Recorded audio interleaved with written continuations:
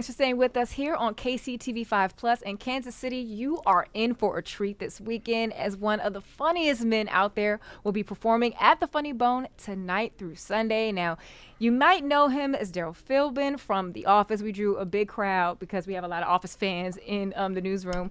But we know him as the Craig Robinson from Hot Tub Time Machine. This is the End, which is a favorite of mine, the Cleveland Show, and then also Daddy's Little Girl's got to throw it back for you. Welcome, Craig. Thank you for being here with us today. Thank you so much. It's a pleasure. Yes. So welcome back to Kansas City. I know you said you've been here many times before. What have your past experiences been like? It's all good. I think we went to a something Hall of Fame a couple times. I had a family reunion here before. Uh-huh. And we went to the Black Baseball? Yes, the Negro Leagues Baseball League, Museum. Negro League. And then last time we did the NBA experience as something. And then this time it's going to be the World Series of barbecue I'm looking forward to. So it's always something fantastic to do in KC. Yes, it's never a dull moment. And also when you go to the World Series of barbecue, apparently they have like a judge's ticket, so you can like buy a ticket to actually try three of the teams' barbecue. Judge's ticket. Will I get to judge? Or You can like try the food and let them know what you think. That's too much pressure. It's like 600 barbecues, right? Yeah, but I think with that ticket you can only try 3 teams. So I don't know exactly how that part works. Well, that's weird. Yeah, okay. I know. But you can have some because I went in the past, and if you're just going, you can't necessarily try the food. So you got to get the tickets. You can try the food. You got to get the judge's ticket to try the food? Wait, why can't you try the food? What are you going for? To smell it. Okay. You say so. Yeah. So, you talked about how you had a family reunion here, but you are a Midwestern guy yourself, from Chicago. Correct. And so I had mentioned to you earlier as I was looking up some video to pull of you, you were mistaken for another Craig Robinson.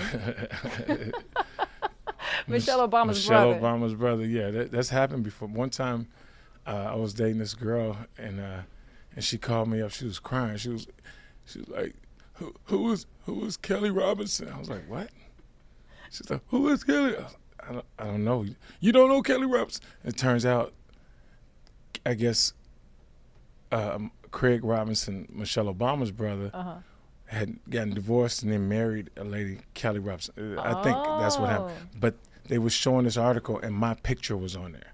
Oh, my goodness. So, yeah, imagine. They were trying to blow up your spot. Right, right. It didn't even have anything to do with you. Exactly. Oh, my gosh. When I saw that, I was like, I have to ask that question, especially being from Chicago. They're from Chicago. So I guess it could be a little easy to make that. I'm one day he and I are going to cross paths and probably see each other and just start laughing. Yeah. I mean, you're going to have to. That's a nice little inside joke there. But also we talked about your background before you got to comedy, that you were a teacher and that you studied education in grad school. What got you into that in the beginning? My mother taught I taught kindergarten through 8th grade music, so I ended up getting my master's degree in choral general keyboard education and secondary education. So I really was following after my mom. She rest in peace, bless her soul. She was this amazing musician, teacher, choir director, minister of music, all these incredible things, and I was just kind of following along. I didn't really know, but it just kind of I fell into it. Was kicking it with moms, and my father's an attorney, so he was trying to get me to go that route, but I was naturally into music. Yeah, and speaking of which, we have this video here showing you some years back playing with James Corden. Hey. And look at you. Oh, okay. And you sing too? A little bit. And so you incorporate on that this day I did. with your set, right? Yes. The Nasty Delicious. Yeah, the Nasty Delicious are not here. That's my band. But, I definitely bring the keyboard on stage. And then we have I don't even remember all that. But, and there's some audience participation. It's weaving jokes and music all together. It's a good time. So who's your favorite artist? Like when you think of music, who, aside from your mom, who inspires you? Oh, so many. I mean, Marvin Gaye, Earth, Wind, and Fire, Victor Borgia, Bach. so many. Yeah, it's so many amazing artists out there who have really just shaped music, and their legacies are incredible. And so when you went to school is when you discovered your love for comedy, your love for acting. But when did you discover that you were funny? Because like me, I think I'm funny, but I don't think I'm like stand-up comedy funny. I was in college when I just was overwhelmed because I couldn't stop being silly. Everything was a joke. I was, and then people would come back and say to me like, "Hey, we were trying to say what you said the other night," So little did I know I was doing bits at the time, but I didn't know I was just being Craig. And then something I felt like I always say this felt like comedy chose me. At some point, I was just like, I want to do this. And I wrote down to myself, "You are going to be a great comedian," and I crossed out the words "going to be." So, it was a manifestation going on. Yeah, I'm gonna say you are, and that's a good example of the power of words, and like you said, manifestation. I'm a journaler myself, so I do look forward to the days when I can go back and look at the things that I wrote about and see them come to fruition. So that's really awesome. Yeah, and so getting into comedy, you got to start small, right? So in the early days of your career, it's preferred to start small. Yeah. On mine, some people do one set and be like, "Here's my DVD," or DVD, like, nah. What do they got out now? DVDs, tapes. Here's my YouTube link. Here's my YouTube link for my. I don't even know. Computer chip. Your my USB drive. Exactly. Yes. That's what I was trying to get to. And then we use like these little memory card things in our cameras, so maybe that too. But do you remember like in the beginning if there was a moment where it was just like this is not landing, and then how did you recover? Yeah, I moved to LA and I was on the road I was doing all right, but then everything just kind of stopped for like, I don't know, a year. And it was just like, okay, what's going on? But I remember being on the treadmill and I was and then I just was looking at the TV while I was on the treadmill and I just stopped and I said, "What are you trying to do? You trying to fit in that box? You can't get in that box." It was a weird thought. And then I shook it off and I just kept going. So I've always been able to, put my head down and just keep plowing through, because it is, as corny as it is, it's about the journey. It's about figuring it out and who you meet and learning to love along the way. Yeah, I agree. And, doing the work is a real big part of it, because so many people have dreams and aspirations, but it's like if we don't actually step out and do what it takes to get there, we'll never be able to realize it. So Exactly. Yeah, that's very inspirational, not corny at all. So we've seen you do so many different things. You've been in movies, you've done sitcoms, you've had your own sitcom, you do stand-up. What are the differences between each? How do you kind of prepare for each, the different styles that are out there? I would suspect that stand-up comedy is not the same as, doing a scripted show. Yeah, I mean, I have my act that I constantly, working on and trying to edit and this, that, and other. But and I go up in LA. I go up almost every night. If I'm there. And then if I'm on the road, I'm going, or if I'm not even performing, I'll find a place to perform and go up. So it's always kind of honing the craft there. With acting, it's, you have to delve into backstory. You got to figure out who the character is, and how you want to play this line and this, and memorization, and figure out, going by something note by note is it can be tedious and boring, but you just got to keep over and over again. I'm a repetition person to learn things. And I really think it's awesome too, just like the sound of your work ethic, that I think some people feel like at some point they like arrive and they don't have to do more, or, that there isn't more learning and growing to do. So I think that's really inspiring too, how you were saying you try to get up there every night if you can. You got it. Yes. we were watching the video last night of how the World Series teams, before the World Series, they were warming up. They were still, they were practicing the basics.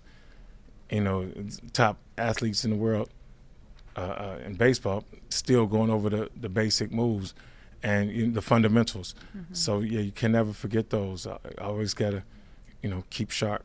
Yeah. So how do you keep sharp? How do you keep your jokes fresh?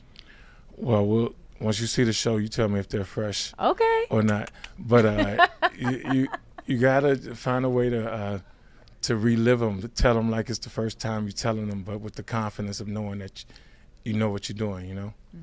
And I know a lot of times in comedy, folks tell anecdotes. They use it as a form of storytelling.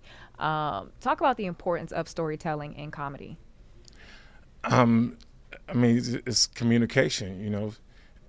Before I go up, my whole thing is praying for connection with the crowd. And I'm not the greatest storyteller, I'm gonna tell you that much. But storytelling is important because it's how you connect with people. It's how you check in. You say, okay, we're here. I guess my act is kind of a story when you think about it. Yeah. All of ours is.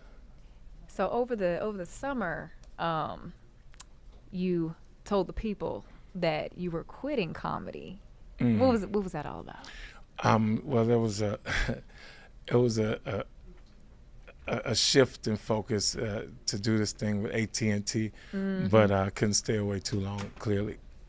Yeah, it kind of reminded me of the recent announcement that LeBron made or they were saying like, oh, LeBron's going to make this big announcement, and we were thinking he was going to retire, and it was like a collab or something. Oh, but it got people. Didn't he win an alcohol thing or something? It was Hennessy. Yeah. which is funny, but it it captures our attention, right? That's what it's about. Yes. You can't pay for attention. Well, I know you talked about just this weekend and how you're going to be doing some shows from tonight until Sunday. So what can the people expect from Craig Robinson this weekend? There'll be some familiar things. There'll be a lot of music. There'll be a lot music intertwined with jokes. You got Andre Kelly, who is hosting. You got Todd Rex, who's my feature, and it's a good time. Oh, you know what you can expect? You have permission to be corny at my show. Yes. So, because we all in it together, you're going to audience participate, and I'm going to be the leader of that. I love that. Yeah, like I said, I think I'm funny. I don't think I'm stand-up funny. Oh, maybe you come up and do 5. Maybe. Ladies and gentlemen, Sunday night, Taylor there. Johnson, her debut 5-minute comedy set. I always say in another life, I was supposed to be a comedian. So we might see how true that is. So myself and then Janae, we were talking to you off camera about how we really enjoyed Daddy's Little Girls. That's when I first saw you. Mm-hmm. And so I have a few years before I get to this point. But when I make my birthday post, I'm going to put, I'm 40 shouty. 40 shouty. I'm 40 shouty. I think that's how I got that job. We were doing the table read, and I was just like, threw out some improvising, and I was walking out. One of the producers was like, 40 shorty, you stupid. So it was good. That was like one of the first acting gigs I got, one of the first 3. And you see just how it's just transcending time that we are, still talking about that, and just the impression you were able to make in that one scene with Gabrielle Union. Right on. Yeah, it was, that's what's up. And what was it? I guess what was it like working for Tyler Perry during that time? Oh, he was so much fun. He was like, throwing jokes, and I'd catch it and do it in my voice, what have you. But he was great. He's a brilliant dude. And so also we talked about how the folks, when you came in the door, it was like a whole crowd of people that came out. And they're like, oh my gosh, we love you from The Office. And I mean, The Office is on all the time. Somewhere, yep. Like all the time. What does that mean for you to have been a part of a project that, I mean, people started over? I mean, The Office is it's incredible. It's an honor and a blessing. It feels like you have friends everywhere. It's kind of unbelievable. A little surreal to look back and I'll even watch episodes and be like, and not that I'm not on. I'm like, how did I even manage to get on this show? It's incredible. So yeah, I love every bit of it. I love when people, want to rehash scenes, and like, even though some scenes I don't even know what they're talking about. Oh man, the episode where the bricks. I'll be like, okay, all right, but whatever you say. It's all good. It's bring it. All right, so tell us a little bit about In Your Dreams. In Your Dreams is it comes out on Netflix. You can set your Netflix reminders.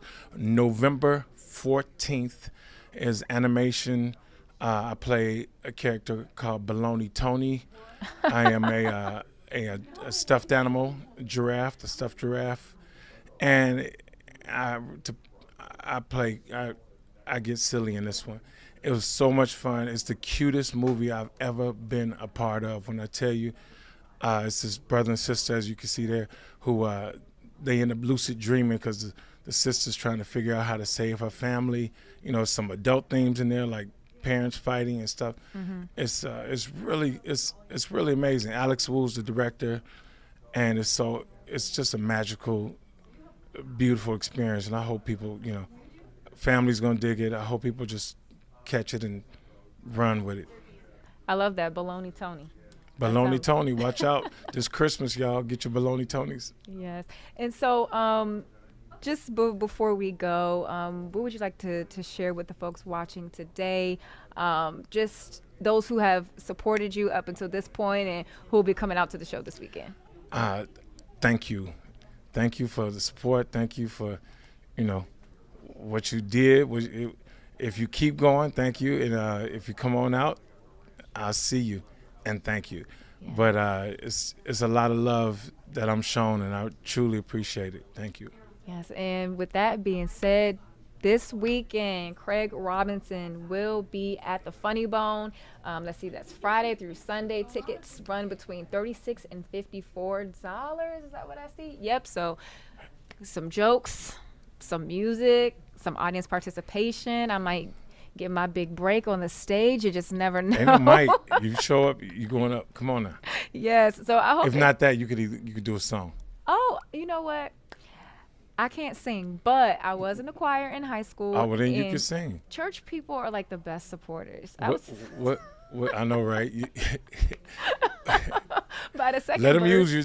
Take your time. Look, that's exactly it. By the second verse, I thought I was Beyonce. I had the Mariah Carey hand going, like trying to hit the runs and everything.